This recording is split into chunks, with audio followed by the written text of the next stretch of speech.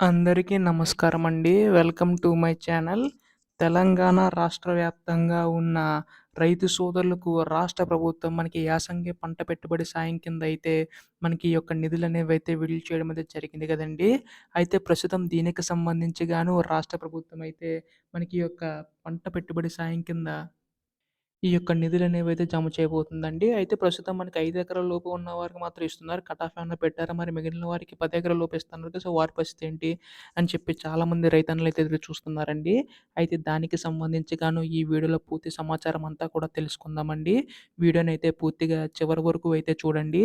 అంతకంటే ముందు చాలామందైతే వీడియోనైతే చూస్తున్నారు కానీ సబ్స్క్రైబ్ అయితే చేసుకోవడం లేదు. ఎవరైతే సబ్స్క్రైబ్ చేసుకుంటారో సో, వారికైతే మనకి ఈ యొక్క తెలంగాణ రాష్ట్ర వ్యాప్తంగా ఉన్న రైతు భరోసా పథకం సంబంధించి గాను ఏ చిన్న అప్డేట్ వచ్చినా గాని తెలుస్తది. అందుకోసం వెంటనే ఛానల్ అయితే సబ్స్క్రైబ్ చేసుకోండి. ఇంకా ఆలస్యం చేయకుండా వీడియోలోకైతే వెళ్ళిపోదాం.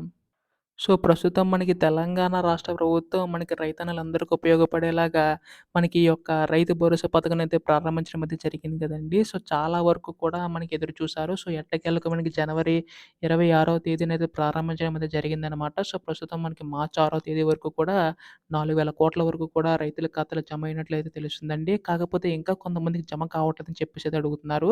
అయితే ప్రస్తుతం మనకి 10 ఎకరాల లోపు ఉన్న వాళ్ళకి ఎప్పుడు జమ చేస్తారని కూడా చాలా మందికైతే సందేశం అయితే ఉందండి. సో, ప్రస్తుతం ఈ యొక్క పథకం ద్వారా ప్రతి సంవత్సరం కూడా రూ. 12,000 వరకు కూడా రాష్ట్ర ప్రభుత్వం అయితే జమ చేయనుందండి. తొలి విడత కింద మనకి రూ. 6,000 అనేవైతే జమ చేయడం అయితే జరిగిందనమాట. సో, మిగిలిన వారికి కూడా మనకి త్వరలోనైతే జమ చేయబోతుందండి రాష్ట్ర ప్రభుత్వం అయితే. కాస్త వేచి చూడని చెప్పేసి అంటున్నారు. ఇటు పీఎం కిసాన్ పథకం సంబంధించి కూడా ఈ కేవైసీ నమోదైన వారికి కూడా జమ చేసే అవకాశం ఉంది కదా! అంటే జమ చేశారు కదా! సో, ఆ విధంగానే మనకి రాష్ట్ర ప్రభుత్వం కూడా మనకి అర్హులైన వారికి మాత్రమే జమ చేసే అవకాశం ఉందండి. సో, దీనికి సంబంధించి గాను ఎవరికైతే పంట కలిగి ఉంటుందో వారికి మాత్రం ఇచ్చే అవకాశం ఉందన్నమాట. అంటే మనకి సాగు భూమి కలని వారికి మాత్రం వస్తుందండి. అంతేగాని మనకి రాళ్ళు, గుట్టలు, రప్పలు అంటూ ఎవరైనా ఉంటే మాత్రం సో, వారికైతే రాకపోవచ్చనమాట. సో, దీనికి సంబంధించి గాను రాష్ట్ర ప్రభుత్వం అయితే అప్డేట్ అయితే ఇచ్చిందనమాట. సో, మరి మిగిలిన వారికి కూడా త్వరలో ఇచ్చే అవకాశం ఉందండి. సో, దానికి నెక్స్ట్ వీడియోలో అయితే మాట్లాడుకుందాం.